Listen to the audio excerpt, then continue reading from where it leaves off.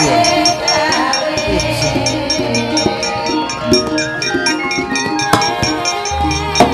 canda. Oh, derang. Aduh.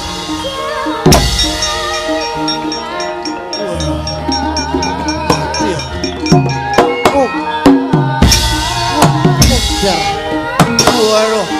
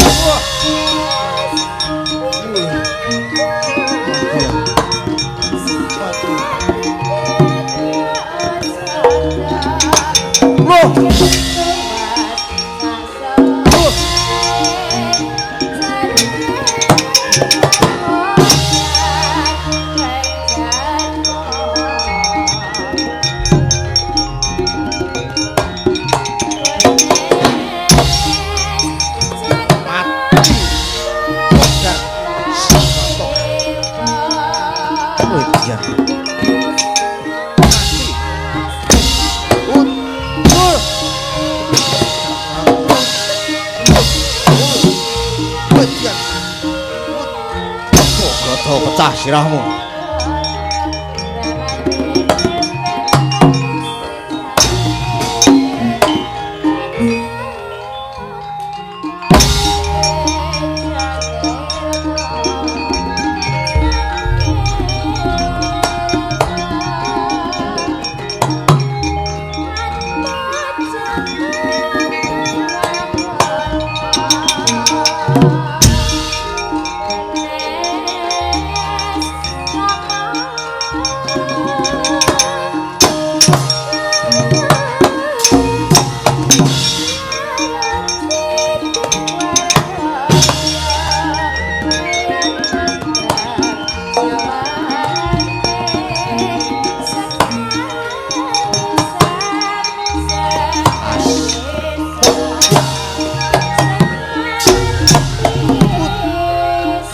Jorge.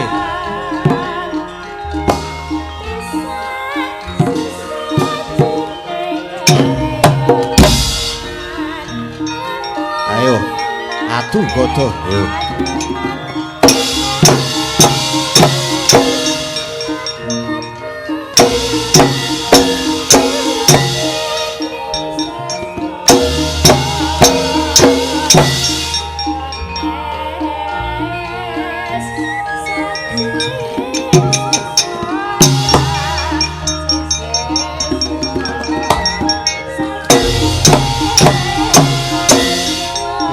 Podra gue.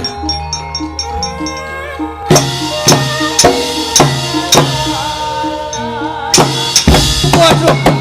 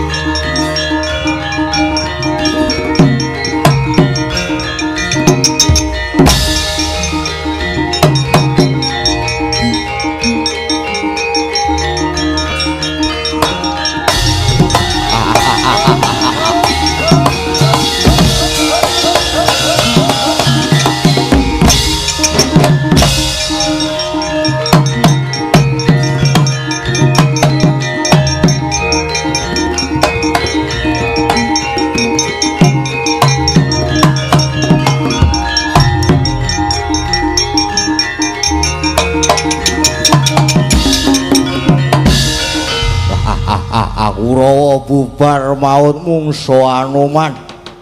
Ayo aku ya golek mungso sing imbang. Kowe buta jajal raka ya. Ya aku Ditya jajal raka. Kowe sapa? Aku Raden Dursasana. Ayo mungso karo aku ana sirah buta tak nggo gatheng. Maju tak rimah-rimah untal malang kowe.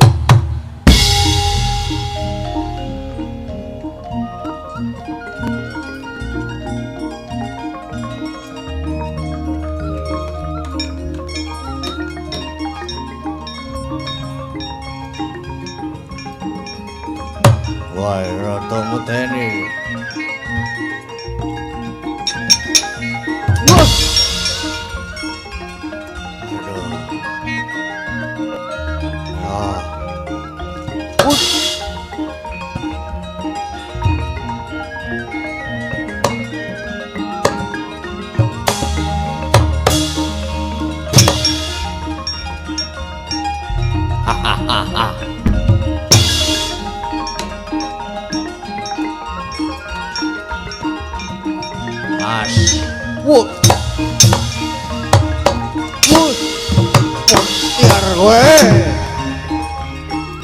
Wah, edan buta kae ampun, lincah.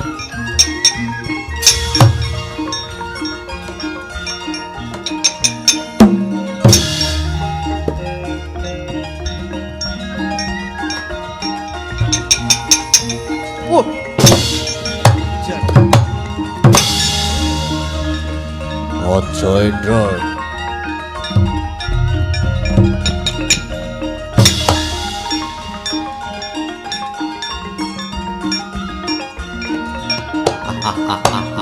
Waduh medeni. Terpus. Wah, rumpul modar ini. Wah.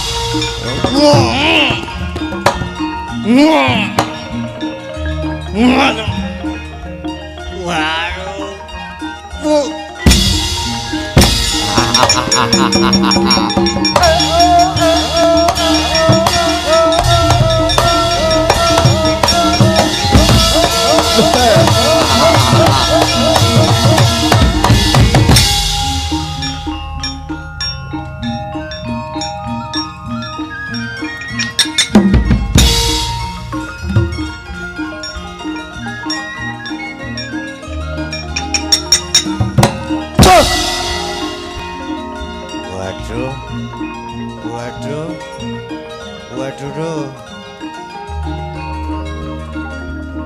Waduh. Ejian apa ya?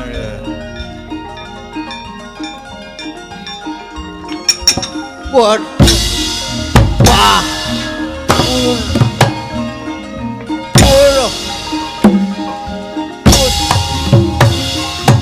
Wah.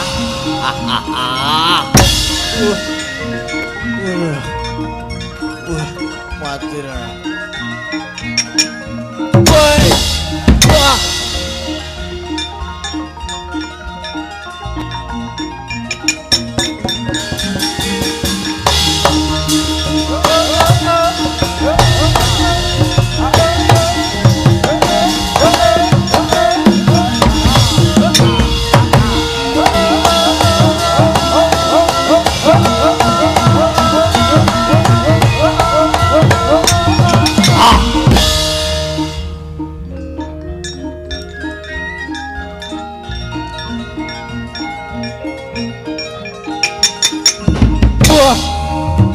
Waduh.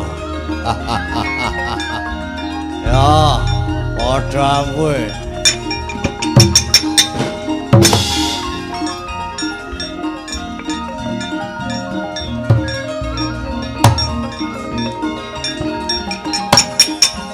Wah. Ejal ora rubuh. Oh ya. Mutar kowe. Mati mutar. Waduh.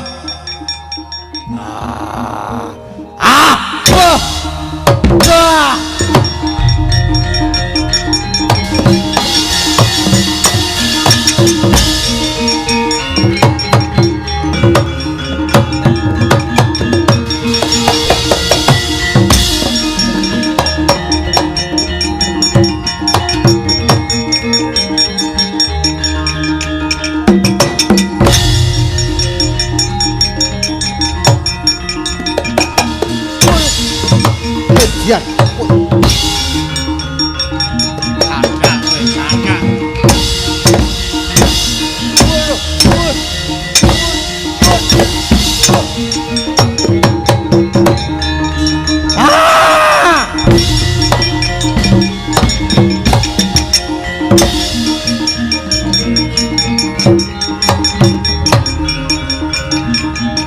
Waduh.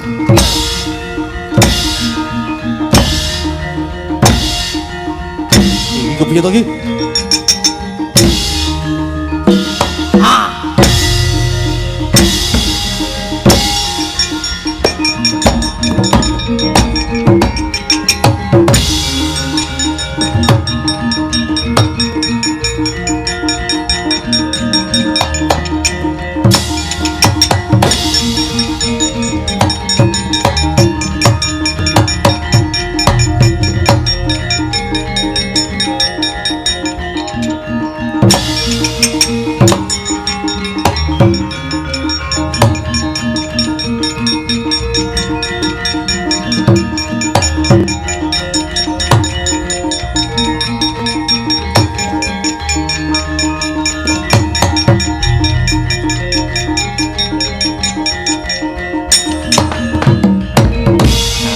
Pripun niki nggih?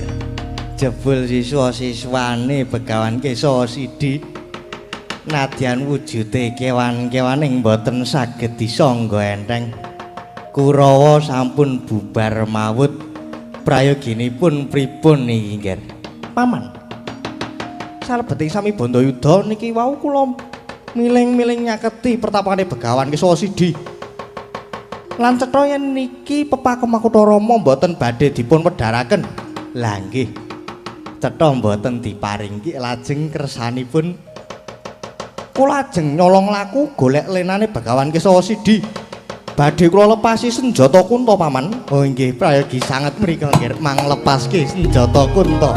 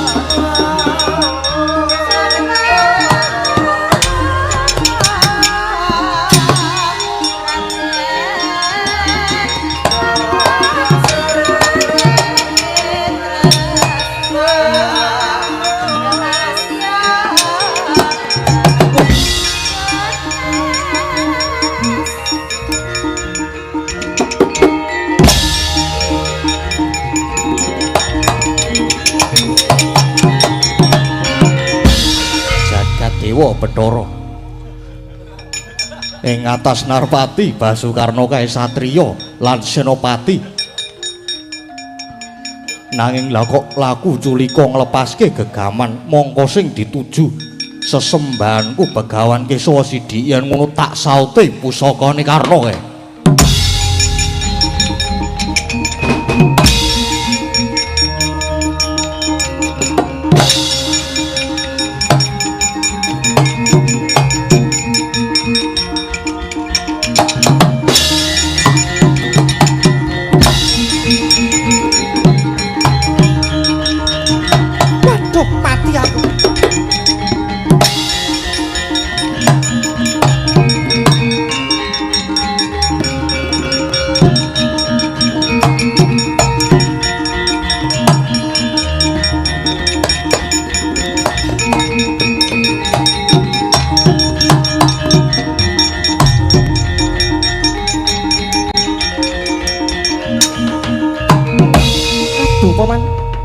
Pusaka kula senjata Kunta malah disaut Anoman pindha dipun lolosi otot bebayu kula.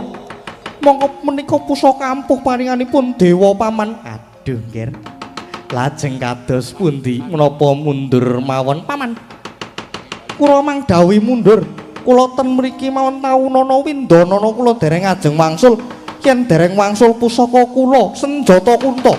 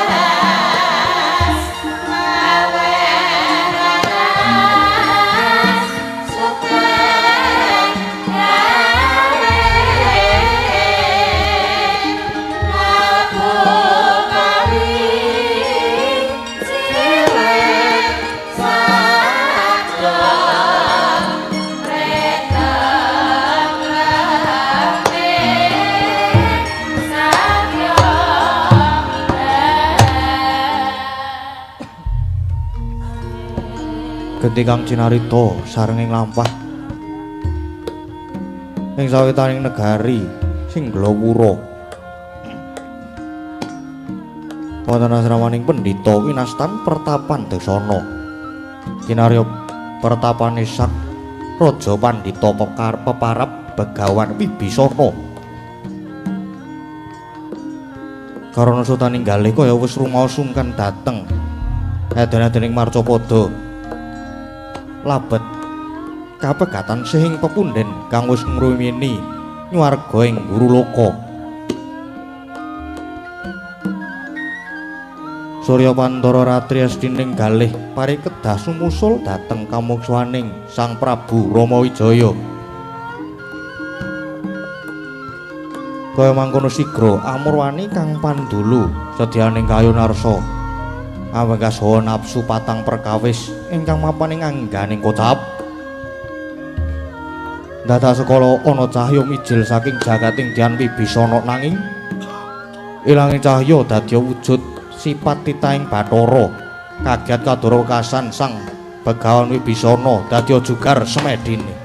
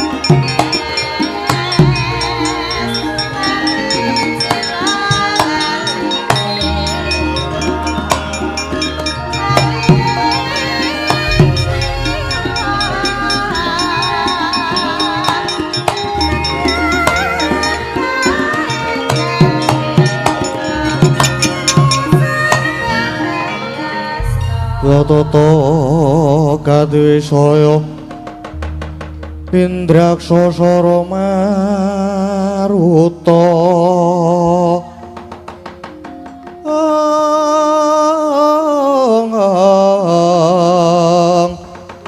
Bawana kono margana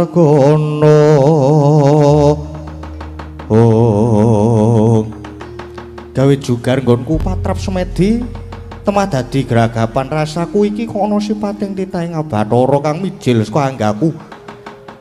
Ana cahya patang perkara sapa kowe? Oh kula pun Angkara, kula menika yekti Kadang Paduka nunggil sajuka dhateng Angga Paduka. Mangku cahya abang pramila Paduka gampil. Ndawaken deduka tuwin gampil kebranang. Menika awit saking pakarti kula. Kula ugi Kadang Paduka nunggil sajuka ing Angga Paduka. Nami kula pun Ludra. Mangku cahya ireng. Pramila Paduka gadah raos luwe kepengin dahar ngunjuk menika wakarti kula. Oh ladalah. Kula inggih Kadang Paduka nunggil sajiwa. Nami kula Sukarda. Mangku cahya kuning neng boten enten buta werna kuning. Saentene nggih ngaten niki. Pramila Paduka gadah pepinginan ngadi sarira, ngadi busana remen ulah asmara. Menika saking makarti kula. Nadyan kula ugi Kadang Paduka mengku cahya seta. Nami kula pun Nuraga. pramila paduka gadah musik tumindak suci remen olah manembah jati. Oh, dadi kowe kabeh kadangku caturwarna. Kula ninggih dosang peremban. Wit brol mijil wonten ing Madyapada kula kadang menika sampun nunggil sajiwa kalian angga paduka. Nanging kenging menapa wekdal mangke paduka bengkas. Kenging menapa paduka tega dhateng kula. Kadangku caturwarna. Ora teges aku tega marang kowe kabeh. Nanging pancen kalenggan iki kowe kabeh kudu oncat saka anggap. Krana aku bakal nggayuh sampurnaning urip. Mula aja nganti padha ngrendheting sedyaku kudu tak bengkas. Aduh, yen mekaten kula sedaya nyuwun dipun sampurnaken babar pisan peremban. Wih lah dalah. Yen aku kudu nyampurnake kowe kabeh, aku ora iso. Nanging ana dalan kang prayoga kanggo kowe kabeh. Mlaku wong ngerengetan bener. Mengko yen ketemu satriya bagus ngaku satriya Madukara kekasih Raden Arjuna ya Raden Janaka. Kowe kabeh padha njaluka sampurna lan tak lilane supaya manitis marang satriya iku. Oh inggih matur sembah nuwun sanget. Yen ngaten sewang-sewangan nyuwun pamit penemban nyuwun pamit ingkang padha surti ati-ati.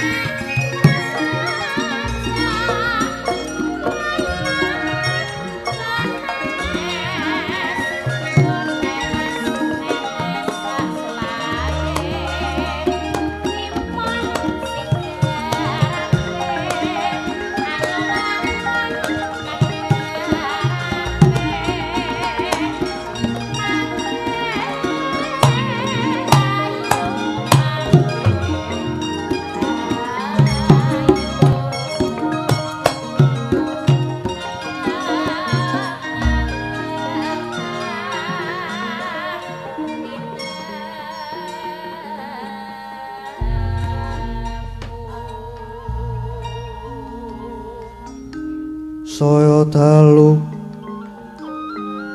ras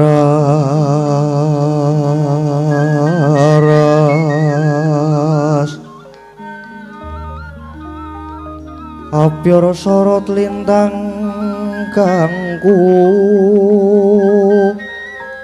medhap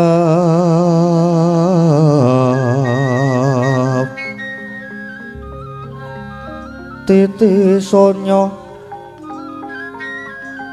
madya ratri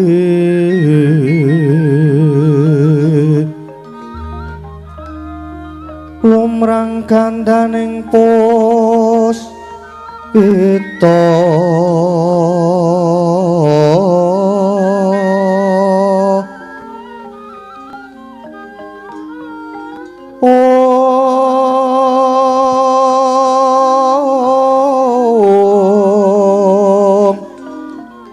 karanggan putyan liro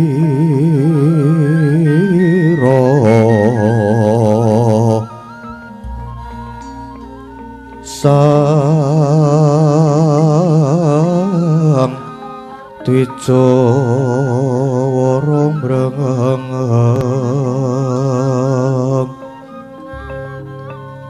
lir swaraning madu bronto manungsung sarining kembang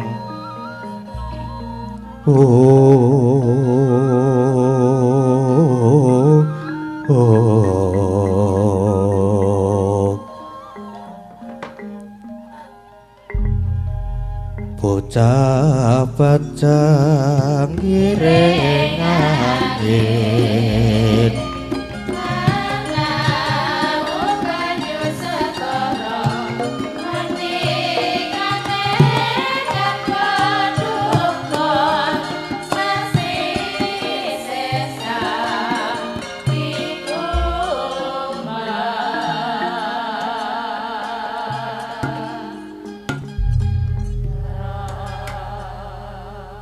sireping sangwang araka gumantos sing dalu jroning ratri dereng wonten ingkang kacarita amung sangwang pertangga patingkang jemedhul saking Brangwetan nadan kelingan megarsa gunung-gunung parandine bisa merbawani jagat raya duwe tata sing kamantian dewasane nang nawau kawusa wancina wis ngancik gara-gara Sukra mangkara tumpak mendo tete kaloba sumawer cita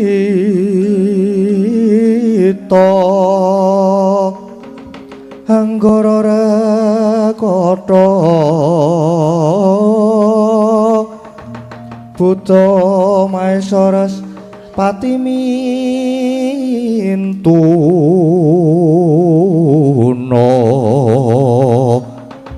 Eka Dwi Tricatur Panca Sab-sabta hasta Astana dasa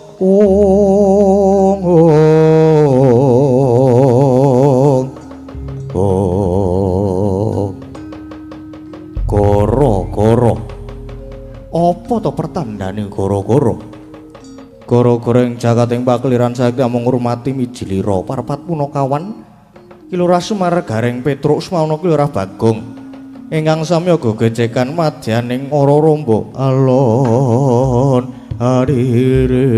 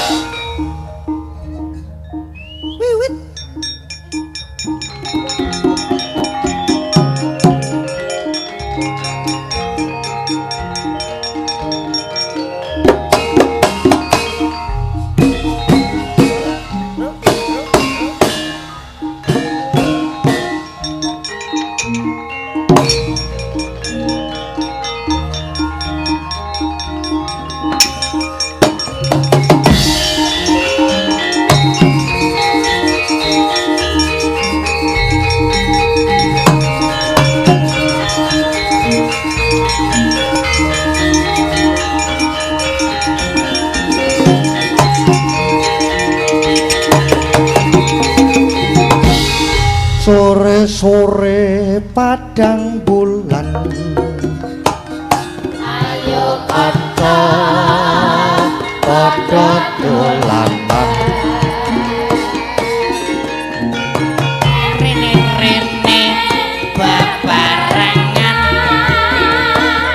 rapi-rapi dalam bojekan kae-kae remulane yen disawah kok awe-awe wayang-wayang kerengake aja kabeh nunggu sore-sore asale saka iku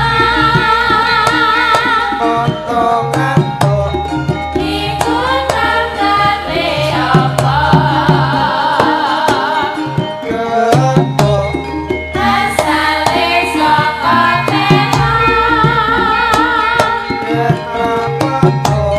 atine rada gelo aja ngono mas aja jono kadung janji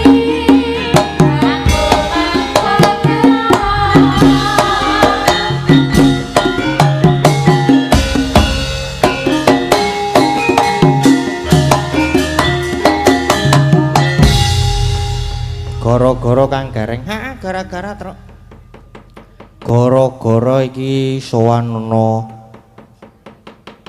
dusun Karangasem Ponjong Gunung Kidul kene mau sore jan rame banget ya tekan saiki kisah rame isih gayeng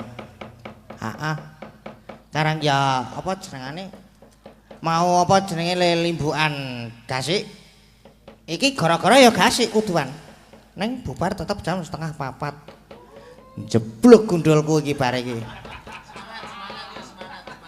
ora masalah aku ki wong ora masalah kok anggere iki kono bahan anggere awake dhewe iki engko bedhek-bedhekan ki wis suwe banget kuwi bedhek-bedhekan tur diselingi karo gathik glidik wis suwe banget kuwi engko karo kutut manggung wah suwe banget gathik glidik tambah kutut manggung gara-gara le bubar jam 3 ayo nek gara-gara bubar jam 3 lakonmu piye gong oh iya ha iya no iki kamangka jam 4 kurang 10 menit ki biasane ya wis adzan mulane tur iki masalahe ya masalahe piye masalahe masalahe lakone dawa mburi umpama iki engko gara-gara rada mblandang 30 menit ngono. Mbure iki wah. Kacau. Kacau balu tenan. Ha iya mulane iki karo ngomatke jam, Gong. Aja bablasan engko nek bablasan ndak. Ndak bablas soalnya umpama bablasan ngono ki nek sing kanca-kanca ki ora masalah. Ora masalah. Ha apa? Heeh, sing masalah ki kowe. Ha iya. Sing masalah aku. Kamu kaki naskah aku ra soling ringkas ta. Lah iya, tur isih mejang barang to mengko Gong. Heeh. Aku arep melu ngrungokke wejangan men dadi pinter aku. Iki timbang ora omongane bedhek-bedhekan wae. Wis bedhek-bedhekan wis lawas banget Gong, mbok ora usah Gong. Lah iki anyar lho aku ndek anyarne lho iki. Tak jamin ora lucu wis tak percaya.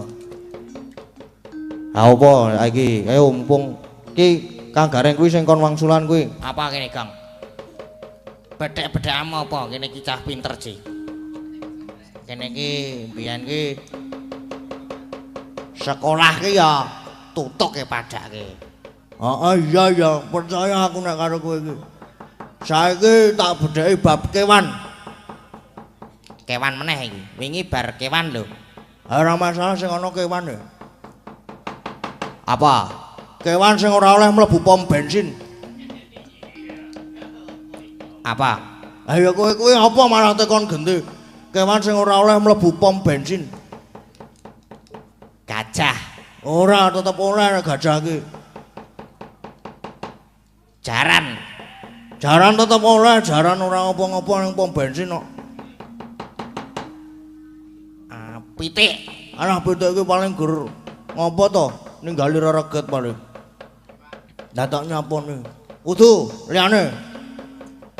Iwak ra iso ning daratan. Nek dilebokne akuarium digoreng pom bensin iso aku tetepan. Terus apa? Kira-kira sik kewan sing ora iso mlebu ning pom bensin. Kodhok. Gak iso kodhok. Aku nek ngorek ya.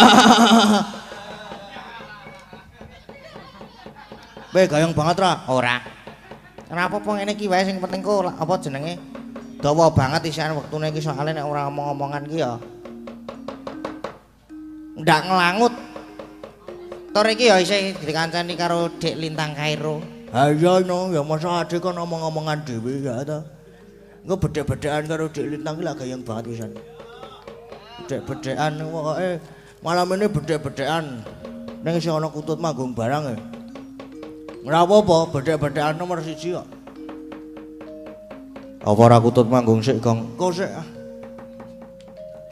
Apa bedane lontong karo tempe? Apa bedane? Apa, Gong? Nek lontong teleponi tempe ki arem-arem. Nek dudu aku lho sing ngomongan kuwi mau dudu aku. Kowe suwe banget lho, Gong. Ora masalah. Suwe kae nek ora lucu kan ora apa-apa. Heeh. Gayeng ya, Tru ya. Ra. Dolope medune dolope. Sopo? Kae sing jara sandok kuwi. Jara sandok ndase tok lho. Sing selewah kok gur sirahe. Ayo kuwi karang yo. Wong aku nang omah iki le apa jeneng omongan karo aku ki gleleng, Gong. Piye le omongan? Aku ku pengen nganu Mas, semir ke lho sik. Apa disemir separo terus mengko dinae motif. Tuh. Apa jenenge? Terus dumeh wingi bar cekot sepatu. Saiki wayangan sepatune ora tau copot. Pamer kok ya iso murup kok ya sepatune kok ya. Ha iya. Dipaku kok. Kat mau ki dienggo terus lho, Gong kowe. Heeh. Kaya jaran. Ha iya. Apa sikile iki dadi siji karo sepatu apa kepiye aku ya ora paham. Lho sepatu ora tau dicopot. Rambute selewah. Kaya ngene iki. Uteke kesemir ya kira-kira ya. Embuh Gong tekono-ono kono. Aku memeng aku omongan karo kae. Males aku. Malesi nok wonge kok. Omong dhewe to wonge to. Nengke wae wis ngono kae. Ora apa-apa karang biasa to. Kae iki lehku nemu e mbiyen. Nemune endi, Gong? Nemune nganu pasti. Pasti ki apa? Pasti ki pasar kewan ki lho. Oke lek omongan dhewe to. Biasa ngono kuwi, biasa. Aku lali nukokke obat nek duitku entek. Mulane ora tak tukokne obat dadi omongan dhewe ngono kuwi. Kuwi kira-kira sing rada tegel sithik dikampleng ora apa-apa kok. Men rada apa jenenge mari sithik lah kuwi. Apa njaluk tak tukokke obat cuket apa piye? Wis jan. Aku kok ya iso ketemu karo wong kaya ngono kuwi. Ketoke iki aku iki ditakdirkan untuk berteman dengan manusia-manusia unik. Soale kowe ya unik, Gong. Oh, aku kan anomali.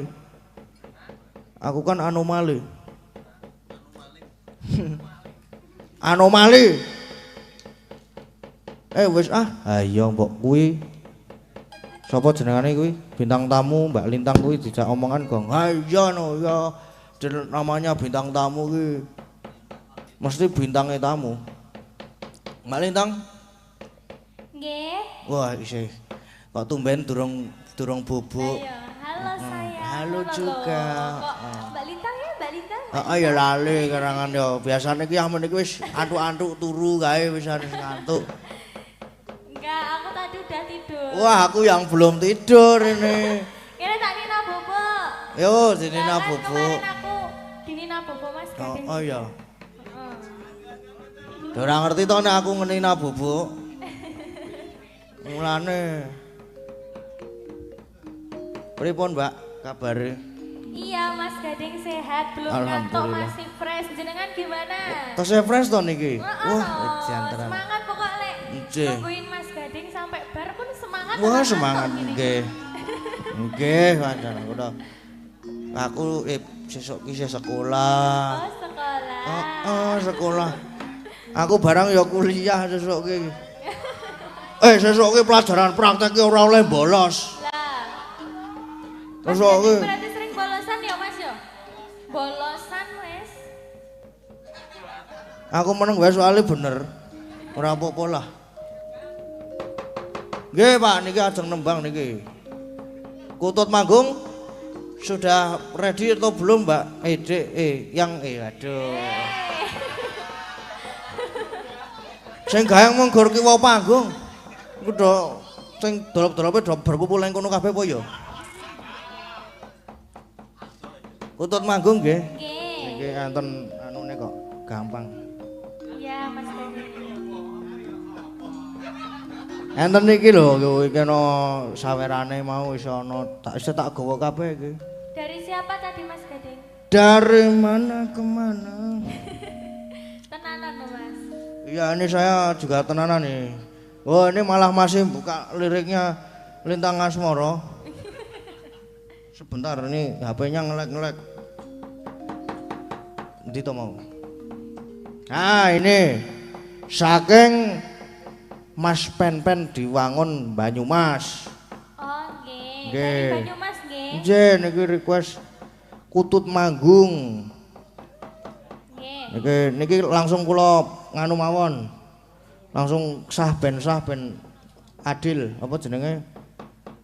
Niki. Oh, nggih. Niki, nggih. Terima kasih Mas Gading. Ame matur sembah nuwun. Kok matur sembah nuwun. Wong durung sida kok matur sembah nuwun ki piye to? Kowe iki ngopo, Gong? Domonge aku ki Piye to jane? bengi iki lagi ngebleng aku ki. Aku ki kowe iki tok iki ketularan, Gong. Heeh.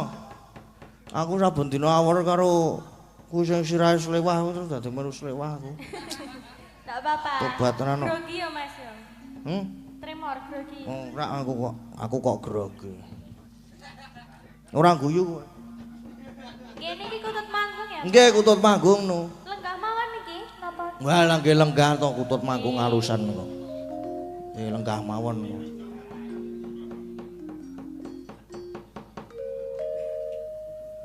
Ayo iki kapan mulai, Mbak? Saniki, Mas. Oh, sakniki to kula kinten benjang. Yo monggo.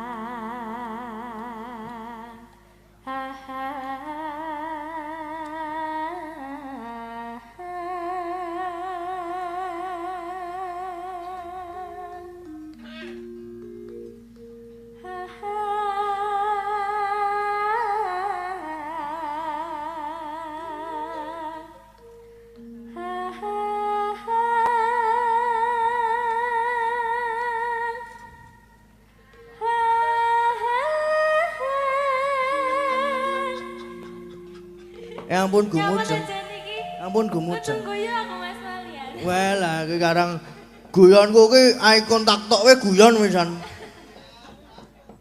Menggur tak matke wis guyon ku wisan termasuk iki. Oh kae to.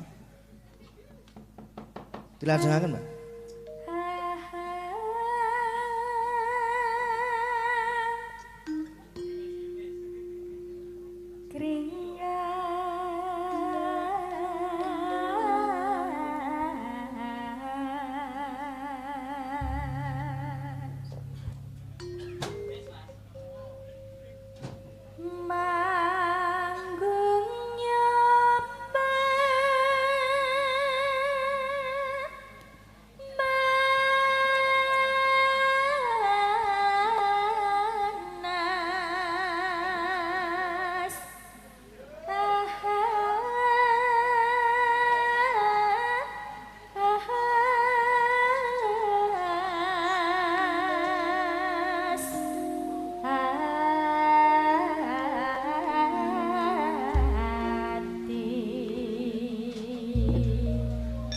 Wah niki lho terus Jawa nggih.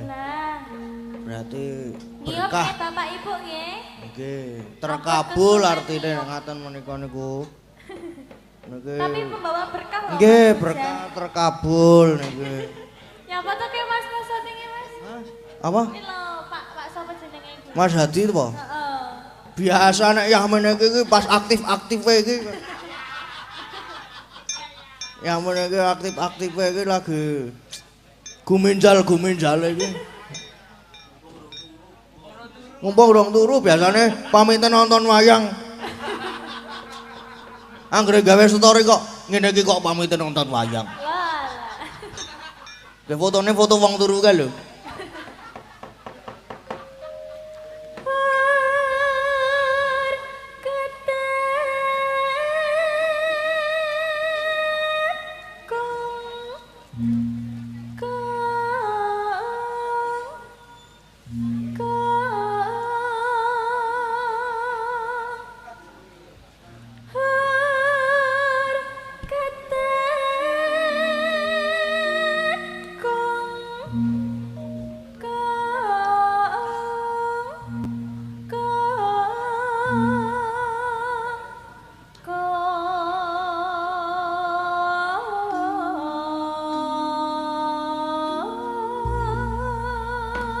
Ayo iki pokoke kon manggung kabeh iki kan Mbak-mbak sendane manggung kabeh. Nggih. Dari mana Mas? Ha saking niku Mbak Agnes niku. Baru ketekung. Ha nggih, saking guru ketekung. Ben ora merem-merem wae ngono. Wah aku ngerti kok. Ora. Oh, Ora ngerti berarti wong ketemu aku melek kok. Apa? Batine sing. Rasa. Kat mau kok sing dibahas meng rasan-rasan ku. Ayo.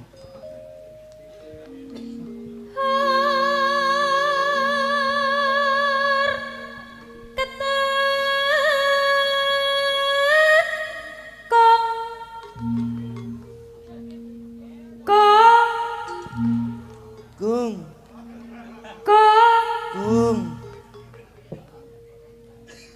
Geser. Wo lah wis to. Yo gesere ora apa-apa yo.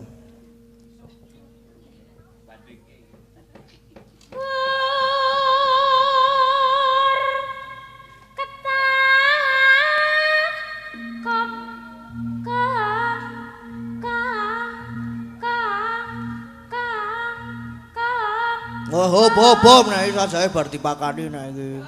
Sing iki bar dipakani tur intonasine luwih jelas timbangane sing sedurunge kita sing sedurunge iki gur diombeni tok. Sing sijine dipakani jangkrik ngono kae. Sip tenan. Aku kira ngerti bab manuk-manuk ngono ku ya sakune-ngene iku kok. Aku muni jangkrik kok gutut kok jangkrik.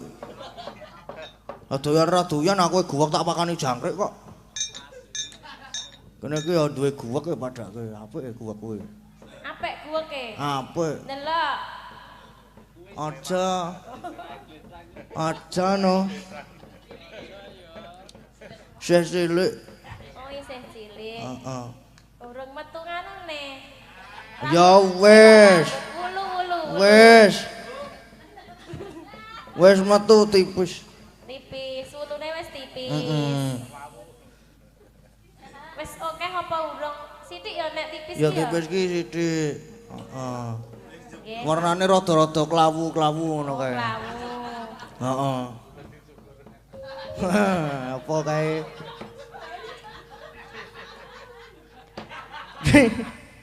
Pul Pak Wasito ki ya iso ndagel ya apik. Lah niku malah lucu ya. Lucu banget malahan jane iki. Tenan meneng-meneng ki seru banget malah. Malah menjurus. Nggih. Mr. Bean. Puntadewa iku. Yo anu jajare.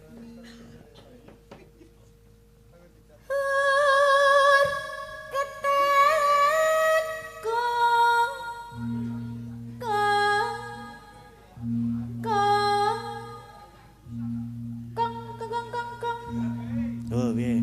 Apik to sih. Sing iki kakean mbaku. Iki saben dina iki dipakani karo campuri mbaku mboko sithik kae lho. Dadi iso kaya ngene iki. Heeh.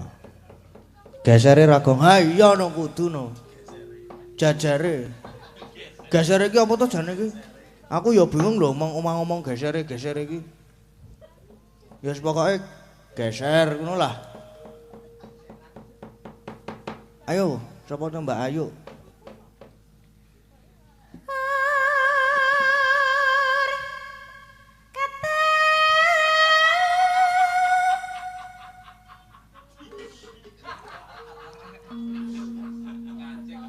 Wah, sing iki wis ngancing nek iki.